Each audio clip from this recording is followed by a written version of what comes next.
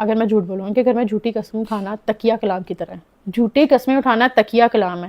اور لا الہ الا اللہ محمد رسول اللہ جو جھوٹ بولے اس پہ پھر خدا کی لعنت ہو. جو یہ سوشل میڈیا پر ہے یہ اصلیت نہیں ہے, یہ وہ نہیں ہے, یہ بالکل بالکل ڈفرینٹ ہے. بالکل یہ سوشل میڈیا پہ جو بنے یہ اصل میں وہ نہیں ہے. ٹھیک ہے, اس بات پہ میں بہت زیادہ پریشان ہوگی. میں نے کہا عمرہ کرنے چلتے ہیں سمی. ہم نے ڈیسائیڈ کیا ہم عمرہ کرنے جائیں گے. سمی نے کہا کہ تم اگر اپنی مدر کو لے کے جاؤ گی تو میری مدر بھی ساتھ جائیں گی. میں نے کہا سمی میری ماں نے کبھی عمرہ نہیں کیا اور میں چاہتی ہوں کہ میرا شروع سے یہ تھا کہ اپنی ماں کو اپنے ساتھ عمرہ کراؤں. تو میں آپ کو یہ کہہ سکتی ہوں کہ میں آپ کا صرف خرچہ اٹھا سکتی ہوں کہ آپ میرے ساتھ چلیں, ہم عمرہ کر لیں, کیونکہ میں چاہتی ہوں میرا شوہر میرے ساتھ عمرے پہ جائے. تو سمی نے کہا اگر میری ماں عمرے پہ جائے گی تو ہی میں عمرے پہ جاؤں گا. میں نے پھر اس کے بعد سمی سے کوئی بات نہیں کی. میں نے اپنا ماما کا ویزا لگوایا, میں عمرے پہ چلی گئی. اس بات پہ سمی کی میری بہت لڑائی ہوئی. سمی نے کہا تم نے مجھے کیوں نہیں بتایا, تو مجھے کیوں نہیں لے کر گئی. اللہ کے گھر کا ذکر کر رہی ہوں, جھوٹ نہیں بول رہی کہ میں اپنا عمرہ کر کے آئی ہوں. اللہ میرا عمرہ نصیب نہ مجھے دوبارہ نصیب نہ کرے اور میرا عمرہ قبول نہ کرے اگر میں جھوٹ بول رہی ہوں. میں ساری باتیں سچی کروں گی, کوئی بات اپنے سے نہیں لگاؤں گی. میں وہاں پر گئی ہوں, میں وہاں پہ اللہ سے رو رو کے دعا مانگی کہ یا اللہ اس کو میرے حق میں بہتر کر دے. میرا نکاح ہو گیا اللہ پاک, میرے پاس اب کوئی راستہ نہیں. اللہ میرا نکاح ہو گیا. پہلے بھی کچھ چیزیں میری ہوئی ہیں جس میں اپنے لیے سٹینڈ نہیں لے سکی اللہ پاک, لیکن اب اس پہ سٹینڈ نہیں لے سکتی. اب میری شادی ہو رہی ہے اللہ پاک, تو میری شادی میں نے جا کے کرنی ہے, تو اس کو میرے حق میں بہتر کر دیں اور ہدایت دے دیں اگر اس کے ذہن میں ایسا کچھ ہے. پھر بھی میرے اندر محبت تھی, میرے اندر وہ تھا کہ میرا شوہر ہے, ایسا نہیں ہوگا, ایک امید تھی میرے اندر.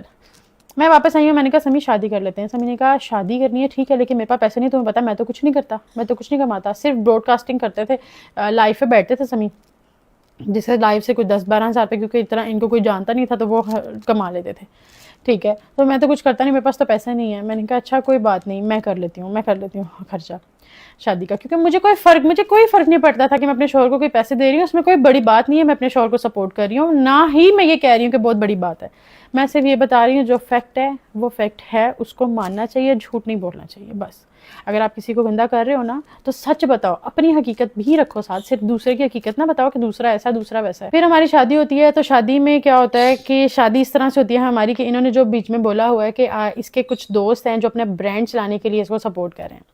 جن دوست کی یہ بات کر رہے ہیں نا کہ اس نے اس کو برانڈ چلانے کے اس کو سپورٹ کر رہا ہے, اس لڑکی نے, اس میری دوست نے اپنے برانڈ کی پروموشن کے لیے مجھے پیسے دیے, مجھے پے کر کے پروموشن کروائی. ان ساری پیمنٹ سے, ساری جتنی بھی میں نے پروموشنز کی, ان ساری پیمنٹ سے ہماری شادی ہوئی.